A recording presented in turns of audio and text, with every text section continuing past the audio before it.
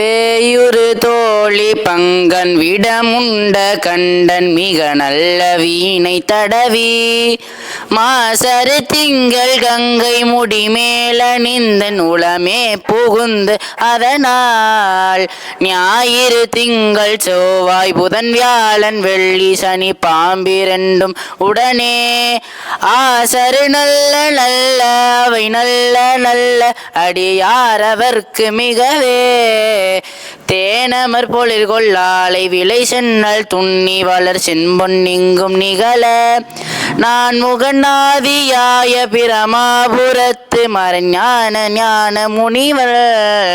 தானொரு கோளும் நாளும் அடியாரை வந்து நலியாத வண்ணம் முறை செய்